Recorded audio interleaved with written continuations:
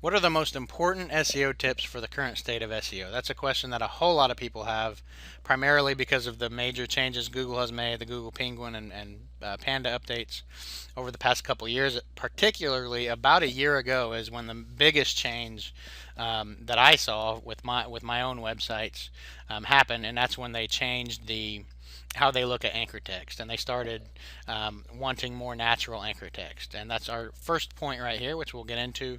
And it is the most important, in my opinion, change that has happened. There are several other things that you do have to take into account, several other things that have changed, but this is the primary one. And if you do this wrong, you're just going to ruin the SEO potential of your site. So in this video, I'm going to try to explain the most important aspects of SEO these days, what's going to hurt you, and what's going to help you.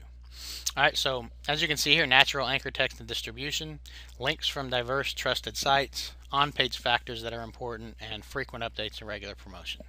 So that's what we're going to go over that at the highest level in this video. So the first point is natural anchor text and distribution. This is the most important change. So this is something that you definitely need to pay a lot of attention to. If you get this wrong, you're going to hurt the ranking potential of your site in Google. You do not want to over-optimize. You want the anchor text distribution to be as natural looking as possible. And to do that, you need to have your brand and URL up there. I'm not going to get into percentages. I'll probably throw a few out here and there just as suggestions, but the percentages, and if you look at different sites that rank out there, you're going to find varying percentages of brand saturation, URL saturation, keyword saturation, obscure, etc. But for the most part, the brand and URL, different versions of the URL, should be the most used anchor text for your website. All right, so don't over optimize with your primary keyword, with any keywords. There should be more brand and URL anchors than anything else. All right, so that's number one. Make sure that happens. And the URL, www.mysite.com, mysite.com, http://www.mysite.com, just different variations of your URL. That's natural, that's what happens, and that's what they want to see. All right, backlink relevance is important, so try to get as many backlinks from highly relevant sources as possible. This isn't something that in reason is going to hurt you, but the more relevant the backlinks are, the better. Unless the backlinks are just completely 100% irrelevant, all the time. That's probably not a good thing. But backlink relevance, the more relevant, the better. Do not overuse the keywords, and this is the primary thing right here. Previous to about a year or so ago, I don't remember the exact date, you could use your primary keywords 90% of the time, and you could rank for that keyword. I mean, that's how you did it. You just got a whole lot of backlinks using whatever keywords you want to rank for, and you could rank for just about any low to moderate competition keyword. Can't do it anymore. Don't do it anymore. You will almost never rank for your keywords if you do that. So the keywords you want to rank for should be a low percentage. Less than 10% most of the time. If you use EMDs, and I'll go ahead and get into that here, skip down to that, EMDs can use the URL keyword more. We have seen that, and it's because it kind of ties into the brand. So if you have a keyword as the EMD, and EMD is an exact match domain, so dogtrainingtips.com is an EMD for dog training tips. So if you were trying to rank for dog training tips and you owned dogtrainingtips.com, you could get away with using dog training tips as your anchor text a little more, maybe up to 10% or so. And again, there's no exact percentages. I definitely would not want to go much higher than 10% even with an EMD. But you can get away with that. We have seen that. That is true. But do not overuse your keywords. Use whatever the keywords are that you want to rank for. Definitely get them in there, but it should be a single-digit percentage. And your brand and URL needs to be much higher, the percentage. Use variations of your keywords, and don't be afraid of the low search volume keywords. Even if the Google Planner keyword tool says that your keyword, that the keywords only have 50 monthly searches, you can rank for 5 or 10 different keywords on one page just by including them in the page, and it being relevant to the keyword. So use different variations, and getting just a handful of backlinks using those low search volume phrases in there, and that's going to associate a whole range of keywords with that page or the root of that website. So use variations, and then your primary keywords, which are your keywords, usually your keywords with the highest search volume, the hardest ones to rank for. Use those in the anchor text from your most powerful backlinks. So the highest quality backlinks that you can get are usually going to be a small number. So for those small number of backlinks, which are more powerful, those are the ones you want to use your primary keywords in, your most competitive keywords, the hardest ones that are going to be ranked for. To get rankings for. So use your keywords in those powerful backlinks. If you have high PR backlinks, whatever you have, wherever they're coming from, use it in those. That way, that primary keyword is still only used a couple times, but the couple times that it is used, it's getting a lot of authority going through that, which associates it with that, and which will help you rank for that.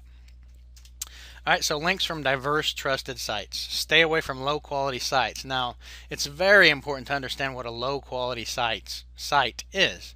And this is one of the things that the disinformation out there, the people who are doing these old tactics that don't work anymore, and then telling everyone, well, it's all because of the low quality, it's all because of the social bookmarks and stuff. So they just equate social bookmarks, article directories, etc., with low quality sites, and that is not the case. There are a lot of low quality social bookmarking sites and article directory sites and web directory sites, etc., forum profiles, etc. There are low quality sites out there, and you do want to stay away from them. But a type of a site does not tell you the quality. There are all kinds of very high quality social bookmarking sites and article directory sites, Easing Articles, Reddit, Stumble Upon. These are sites that are high quality, and there are a lot more than that. Those are just the top few off the top of my head. There are a lot of them out there, and these help you get ranked. I mean, sites that get into these sites, that get submitted to these sites, that's a trust ranking signal for Google. So get your sites into them. Be careful which ones they go into. But get your sites into them. Don't be afraid to get backlinks from these manual, these easy backlink sources. Just make sure they're not low quality backlinks. So how do you know, which ones are low quality? The root PR is a good way to filter, but it is not the only way to filter. So if you just want to not get too deep into it, you're going to get rid of some sites that could have been quality. But it's a pretty effective way to make sure that you're only submitting to good sites. Is just get rid of all backlink sources that do not have PageRank, and that's Google Toolbar PageRank. It's not the most perfect picture of authority, but in general, if Google has a problem with a site, it's not going to have any PageRank. It's not going to give it any Toolbar PageRank. So if you're only submitting to sites that have a root PageRank of at least one, then for the most part, you're going to stay away from those low quality sites that will hurt you. And the root PR is the home page. So, reddit.com is the root. See what the page rank of that is. It's high. If you get your list of whatever the sites you want to submit to, and then you just filter out all of them that don't have PageRank. Now there are other ways to look at that. Just going to the website, seeing the popularity of it, seeing the professionalism of it. Is it just a plain basic thin site, then okay, you probably shouldn't submit to it. Does it have a whole lot of social media activity, etc. So those are things that will tell you whether it's a legitimate site or not. And obviously, if you can tell that there's a whole lot of activity, if it gets a lot of traffic, maybe there's comments on something, whatever, then that will be a good indicator that it's a good quality site that you should, get a link from. Um, a lot of that is just, the eye of the beholder. You can get, a deep analysis, look at the backlinks and everything else, but for the most part, that's not really necessary. So just looking at the root PR is a good way to do that. Easy backlink sources like article directories or social bookmarking sites are still valuable, getting low to moderate competition keywords ranked. So we just talked about that. And then social signals are not a ranking signal, and that's a big misconception. A lot of people believe that they are a ranking signal. They are not. They are, in many cases, related. If a site gets high rankings, then it's probably going to have, depending on the niche and the demographics and a few things, but a lot of times it will have a lot of social activity. But Matt Cutts has come out a few times and just straight said that social signals are not a ranking signal in Google. In the past, there's been some confusion on it. He said that he kind of hinted towards they were a ranking signal in the past a few years ago. Now they're saying they're not, and all indications go towards them not being a ranking signal. That doesn't mean that you should not be doing any social media. Social media can very well help because they can invite natural backlinks. That happens a lot these days. So social media is a good thing. Facebook is good, Twitter, whatever you're doing, if you feel like you need to do it, then do it. Social media is a good thing, definitely. Can drive traffic, a lot of traffic, and can invite backlinks. So social media is a good thing to do because you can get those natural backlinks from it. But don't spend your SEO budget on trying to get social signals if they aren't good, quality social quality, where you're going to actually get traffic and, have the potential to getting natural backlinks. All right. So on-page factors are still important. They're very important. There's a few things that are very important. So targeting the keywords, targeted keywords should appear in the content, and the primary keywords should appear in the title. So you want to try to target various phrases, and that's the second point here, target various phrases per page. Don't just target one keyword on each page. You want to target one primary keyword, absolutely, and that primary keyword should be in the title, and that should be a keyword that gets a decent amount of monthly searches. It all depends on what your plan is, what you're targeting, etc. Just a kind of a general rule of thumb. I try to go somewhere in the 800 plus monthly searches range per internal page, but that's just kind of a random number. And that should be in your title. So you want that to be in your title tag, preferably in the front of the title, and then you want your brand in there. You want it to be natural, not just the keyword. You want to have a little bit more in there to entice the user to click, and just for a more natural appearance. And then you want to get some variations of that primary keyword on the page, so you can rank for, you could be ranking for 5 or 10 different variations of that phrase that get a smaller number of searches per month, but result in them piling up and equaling a decent amount of searches. So you want to do that and make sure that you get those keywords on the page. So if you want to rank for red widgets and the word or the phrase red widgets doesn't even appear on your page, that's going to be much harder to get that page to rank for red widgets. So make sure the keywords that you want to rank for, the primary and the variations, appear on the page. In the actual content of the page. Don't overdo it. Make sure it sounds natural. You definitely don't want to have every other word with a keyword. Per 500 words, my general rule of thumb is 1 or 2 instances of each keyword per keyword. So don't overdo it. But make sure the keywords are on there. Don't over optimize. Don't have, if you're targeting red widgets, you don't want to have, the subheading of your, in your sidebar, red widgets, and then, you have the word red widgets 5 times in your article, and then you have red widgets in the title of the, of the article, and then you have red widgets in the title of the page, and then you have red widgets in the alt tag of the images. So you don't want to over optimize. It's natural to have variations of a keyword. So if this page is about red widgets, it's natural to have, and red widgets might not be the best example. Let's say dog treats. If dog treats is what you're targeting on the page, then it's natural to have puppy treats.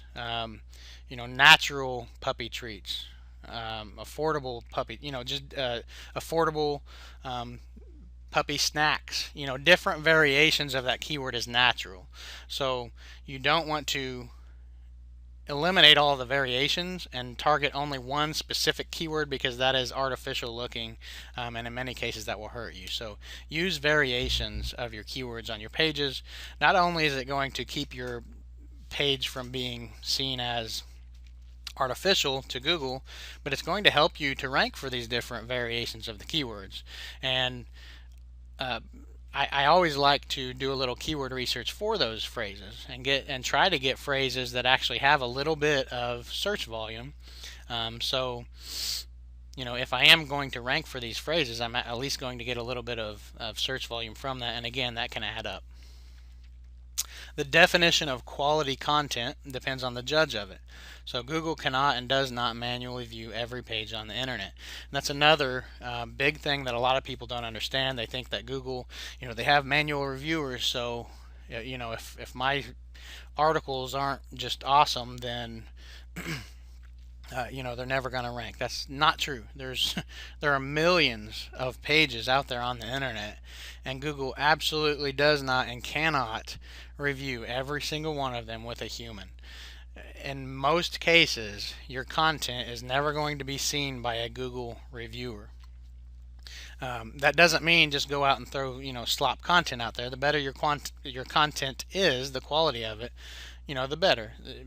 The better chances you're going to have of natural backlinks coming in, and the better that the content is going to convert into whatever you want it to convert into, an ad click or whatever.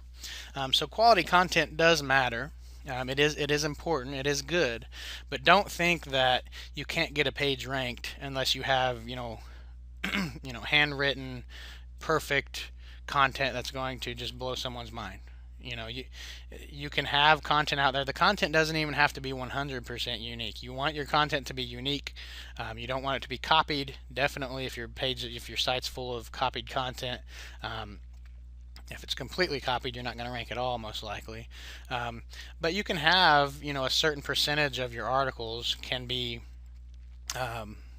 not unique. I mean, it's just a fact. We have sites out there ranking just with article builder content, which is mostly unique content, but it's not 100% unique content. We have sites ranked on the front page of Google with 100% content from that. So content does not have to be 100% mind-blowing, awesome content like Google wants you to believe it has to be. Is it good to have, mind-blowing, awesome, viral content? Absolutely. But, let's face it, you can't come up with content like that every day. So just this point is really just more of a, don't worry too much about it. Try to get good content out there as much as possible.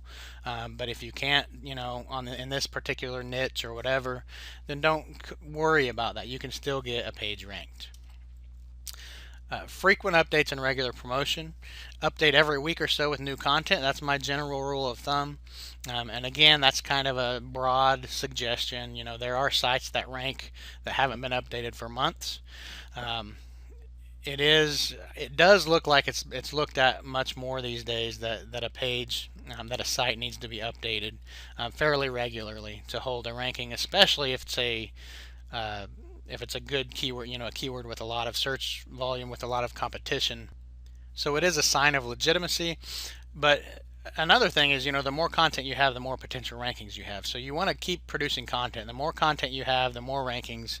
If you have 10 articles of similar quality and similar ranking potential, then and your competitor has 10,000, he's going to get massive traffic compared to what you're going to get. So the more articles you can get out there, the better, not only for Google, but just for or not only to appease their algorithm, into the overall rankings of your site, but also to collect more ranking potential over time. And then continue to obtain backlinks each month. It shows gradual growth of the site. Can you go without building backlinks for a month or two and still obtain rankings? Sure, you can. But if you completely quit after building links for a while, your rankings are, in most cases, going to go down. And again, that depends on the niche, the competition. It depends on a few things.